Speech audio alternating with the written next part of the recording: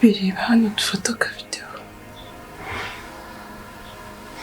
Juni ibiki urimo? Ndimo gufata akavideo. Ndamenya.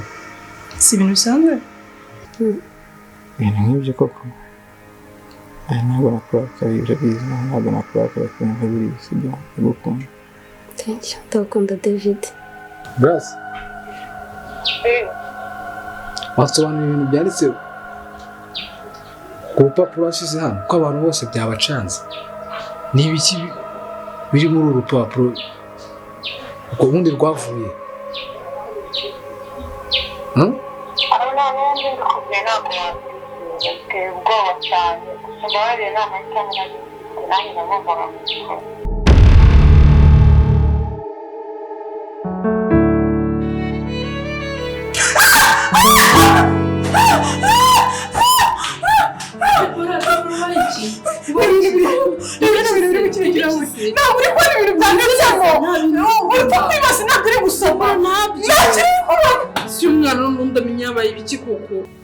Nase ubona tugushaka iki?